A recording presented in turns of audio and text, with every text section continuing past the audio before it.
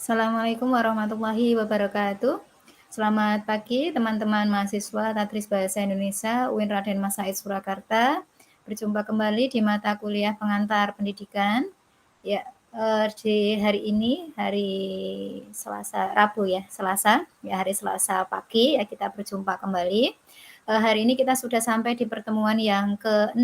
Ya, hari ini nanti kita akan membahas mengenai asas-asas pokok pendidikan. Ya, sebagaimana kemarin yang sudah kita pelajari bersama ya berkaitan dengan materi yang landasan pendidikan ya kemarin.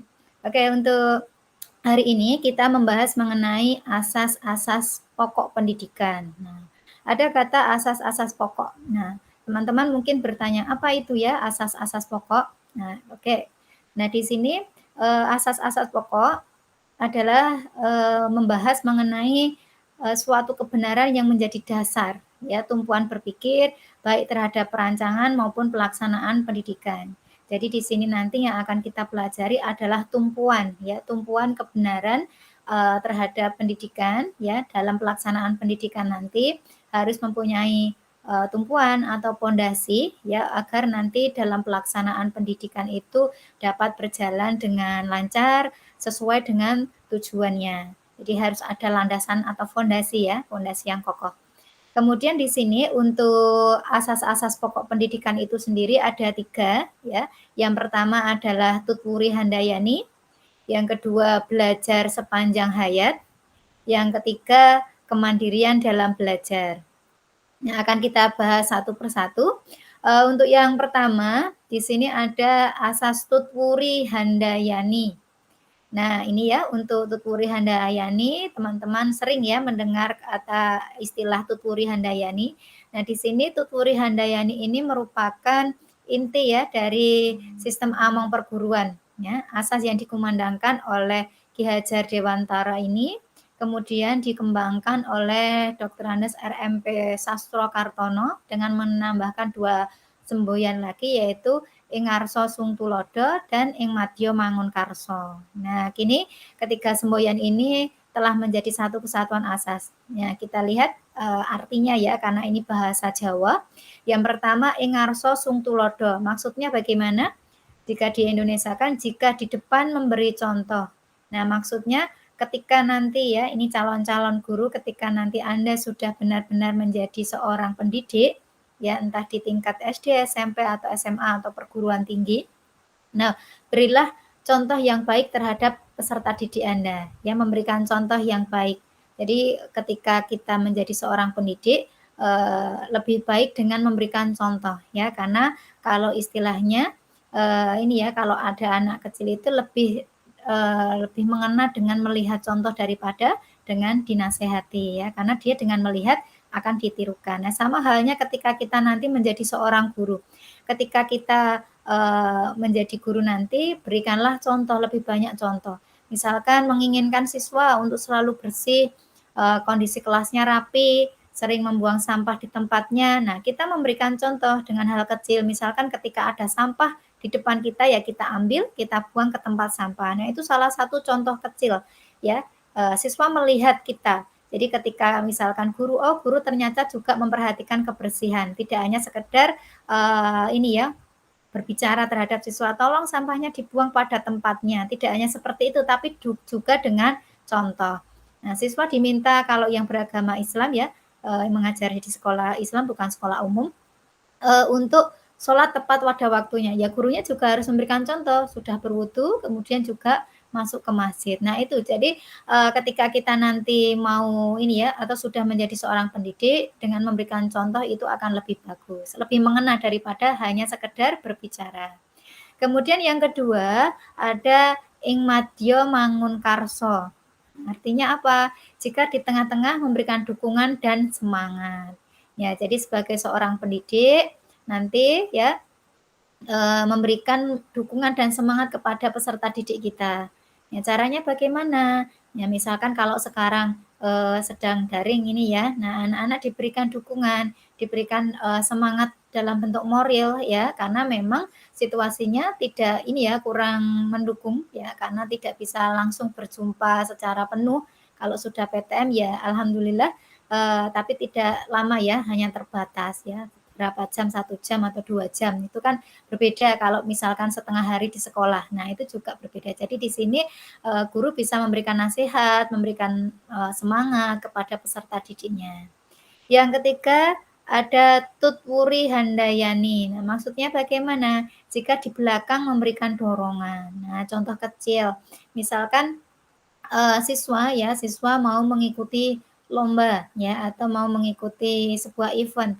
Nah, sebagai guru ya tentunya kita memberikan, arahan, memberikan nasihat, memberikan dukungan, memberikan dorongan juga ya terhadap siswa tersebut agar mampu untuk bisa menampilkan yang terbaik. Nah, ini jadi 3 hal ini nanti, asas Supuri Handayani, itu masuk ke dalam asas pendidikan yang pertama ya, asas pokok pendidikan.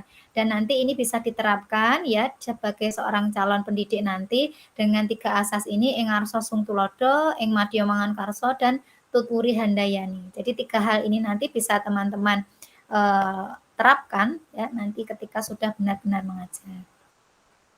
Kemudian yang kedua ada asas belajar sepanjang hayat. Nah, atau istilahnya lifelong learning ya, di sini belajar sepanjang hayat atau kalau seumur hidup di sini juga bisa dikatakan lifelong education. Nah, di sini, penjelasannya bagaimana kalau lifelong learning ya, kalau dikaitkan dengan ini ya, agama kita di agama Islam ya, belajar itu sepanjang hayat ya, sepanjang hidup kita ya, dari mulai buen atau mulai lahir sampai nanti ke liang lahat. Atau ada istilah juga, carilah ilmu sampai ke negeri Cina. Nah, itu juga, istilahnya belajar sepanjang hayat di sini.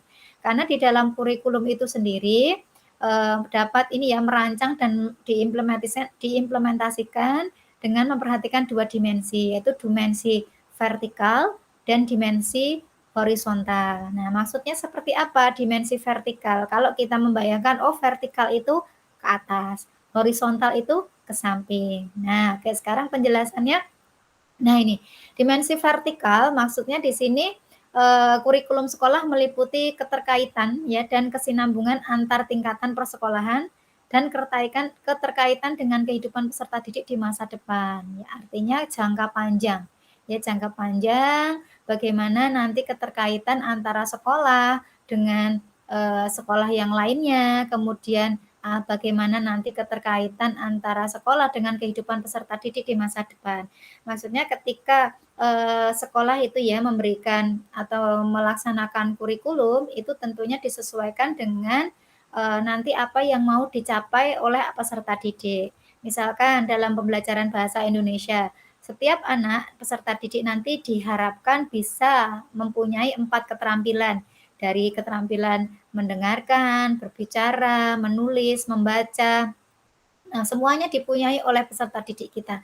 Dan goals-nya nanti dari 4 keterampilan tersebut, peserta didik kita atau siswa itu dapat mengaplikasikannya dalam kehidupan. Contoh, nah misalkan dalam pembelajaran bahasa Indonesia, ada pembelajaran membaca puisi atau musikalisasi puisi atau menulis puisi, nah atau menulis cerpen. Nah, dari apa yang sudah peserta didik dapatkan di sekolah ya dengan mendapatkan pengalaman belajar, ketika misalkan di luar dia misalkan itu menjadi sesuatu yang dia sukai, menjadi, tertanam di dalam dirinya ketika ada event atau ketika ada lomba yang lainnya setelah dia keluar dari sekolah tersebut itu akan terasah. Nah, ini salah satu contohnya.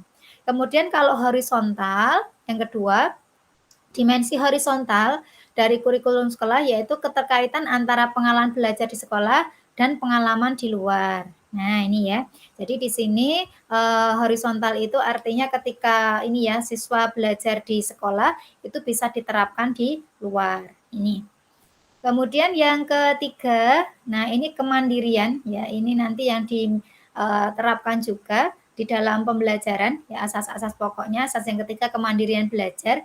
Di sini, sedini mungkin dikembangkan kemandirian dalam belajar untuk menghindari campur tangan guru, namun guru selalu siap untuk ulur tangan bila diperlukan.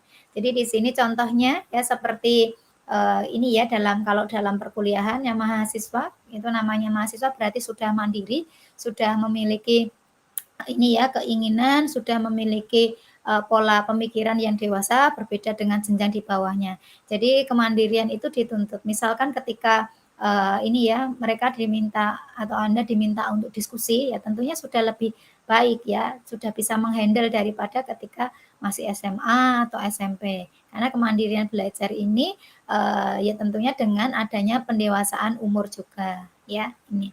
Nah, kalau misalkan di dalam taraf yang lebih bawah ya atau misalkan di anak saya ya di kelompok pemain kemandirian belajarnya apa? Ya bisa memakai baju sendiri, memakai sepatu sendiri, kemudian bisa gosok gigi sendiri, makan sendiri, ke kamar mandi sendiri ya, bisa, BAK, BAB sendiri. Nah, itu kemandirian dalam belajar karena memang di kelompok bermain itu kemandirian belajarnya adalah tidak menekankan pada kognitif saja, tetapi juga pada keseharian. Jadi dia bisa selain kemampuan motorik kasar, juga kemampuan motorik halus. Dan di sana juga anak dilatih untuk mandiri, ya sebagaimana nanti dalam fase kehidupan berikutnya. Di SD kemandiriannya apa? Sudah bisa sekolah sendiri, ya tidak usah ditemani oleh orang tua. Kemudian di SMP sudah bisa mandiri dengan berangkat sendiri, ya naik sepeda, SMA, apalagi kuliah, misalkan sudah kos atau pisah dengan orang tua, itu kemandirian. Nah, di sini, perwujudan asas kemandirian dalam belajar akan menempatkan guru dalam peran utama sebagai fasilitator dan motivator. Nah, salah satu pendekatan yang memberi peluang yaitu cara belajar siswa aktif. Misalkan di sini kita memberikan ini ya, kalau dalam mata pelajaran bahasa Indonesia, ya siswa, ada pembelajaran misalkan menulis berita, ya kalau dulu di ini ya, ada di, RPP-nya, misalkan siswa menulis berita dengan unsur 5W plus 1H. Bagaimana cara siswa untuk mendapatkan berita? Nah, dari sini, guru ya bisa men-setting bagaimana siswa bisa untuk mendapatkan berita. Ya, tentunya dengan kreativitas guru, misalkan siswa diminta untuk, keluar dari kelas, yaitu dengan berwawancara ya. Ini melatih kemandirian dan melatih keberanian, dengan mewawancarai misalkan, masyarakat yang ada di sekolah, misalkan ibu kantin, penjaga perpus, petugas kebersihan, atau satpam. Nah, tergantung tema yang mau diangkat. Nah, dari situ siswa belajar bagaimana nanti membuat pertanyaan, kemudian bagaimana menyampaikan pertanyaan, setelah selesai kemudian diolah berita tadi ya menjadi sebuah berita, kemudian lalu disunting.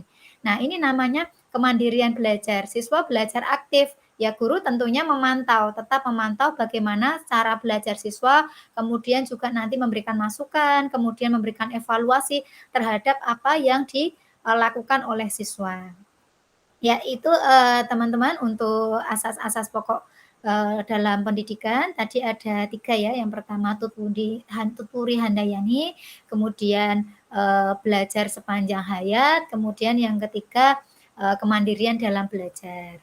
Ya itu saja, nanti jika ada yang masih ditanyakan bisa kita sambung di kelas. Oke, saya akhiri, terima kasih. Wassalamualaikum warahmatullahi wabarakatuh.